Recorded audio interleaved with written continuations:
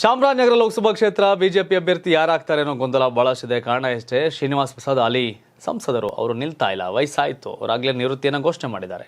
ಈಗ ಅವರ ಅಳಿಯ ಕೂಡ ಅಲ್ಲಿ ಅವರ ಹೆಸರು ಕೂಡ ಚಾಲ್ತಿಯಲ್ಲಿದೆ. ಅದರ ಜೊತೆಗೆ ಬಾಲರಾಜ್ ಮಾಜಿ ಶಾಸಕ, ಕೊಳ್ಳೇಗಾಲ XMLA, ನಿವೃತ್ತ IAS ಅಧಿಕಾರಿ ಶಿವರಾಮ್, ಹಾಗೆ ಶ್ರೀನಿವಾಸ್ ಪ್ರಸಾದ್ ವಿರುದ್ಧ ಕೆಲವು ಮತಗಳಲ್ಲಿ ಸೋತಿದ್ರು 2008ರಲ್ಲಿ ಬಿಜೆಪಿ ಅಭ್ಯರ್ಥಿಯಾಗಿ.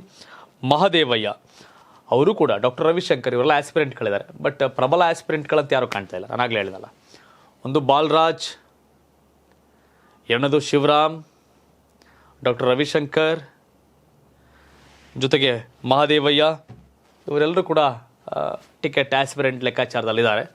ಬಟ್ ಶ್ರೀನಿವಾಸ್ ಪ್ರಸಾದ್ ಅವರ ಅಳಿಯನ್ನು ಪಿಚ್ ಮಾಡ್ತಾ ಇದ್ದಾರೆ. ಅಳಿಯ ಕೂಡ ಇಲ್ಲಿ ಕೇಳ್ತಾ ಇದ್ದಾರೆ, ಡಾಕ್ಟ್ರು ಅವರು ಅದಕ್ಕೆ ರಿಸೈನ್ ಮಾಡಿ ಈಗ ಅಖಾಡಕ್ಕೆ ಬಂದವರೆ, ಟಿಕೆಟ್ ನನಗೆ, ನಾನು ಗೆಲ್ತೀನಿ ಅಂತ ಹೇಳ್ತಾ ಇದ್ದಾರೆ. ಬಟ್ ಕಾಂಗ್ರೆಸ್ ಎದುರಾಳಿ ಯಾರು ಆಗ್ತಾರೆ ಅನ್ನೋ ಪ್ರಶ್ನೆ ಚಾಮರಾಜನಗರದಲ್ಲಿ ಕಾಡ್ತಾ ಇದೆ. BJPಯಿಂದ ಯಾರು ಸ್ಪರ್ಧೆ ಮಾಡ್ತಾರೆ ಅಂತ.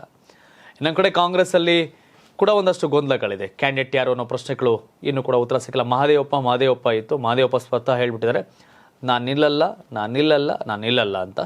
ಯಾರು ನಿಲ್ಸಿದ್ರು ಗೆಲ್ಸಿನಿ ಅಂತಿದ್ದಾರೆ. ನೋಡಬೇಕು. ಬಟ್ BJPಯಿಂದ ಅಭ್ಯರ್ಥಿ ಯಾರು ಅನ್ನೋ ಪ್ರಶ್ನೆ ಸಹಜವಾಗಿ ಕಾಡ್ತಿದೆ. ಇವರೆಲ್ಲ ಆಸ್ಪಿರೆಂಟ್ಗಳಿದ್ದಾರೆ. ಬಟ್ ಗೆಲ್ಲೇಬೇಕು ಅನ್ನೋದು BJP ನಾಯಕರ ಜಿದ್ದು. ಇದು ಸಾಧ್ಯ ಆಗುತ್ತಾ? ಕಾದು ನೋಡಬೇಕು. ತಾವೇನು ಹೇಳ್ತೀರಿ? ಚಾಮರಾಜನಗರ ಲೋಕಸಭಾ ಕ್ಷೇತ್ರ BJPಯಿಂದ ಯಾರು ಅಭ್ಯರ್ಥಿ ಆದರೆ ಸೂಕ್ತ?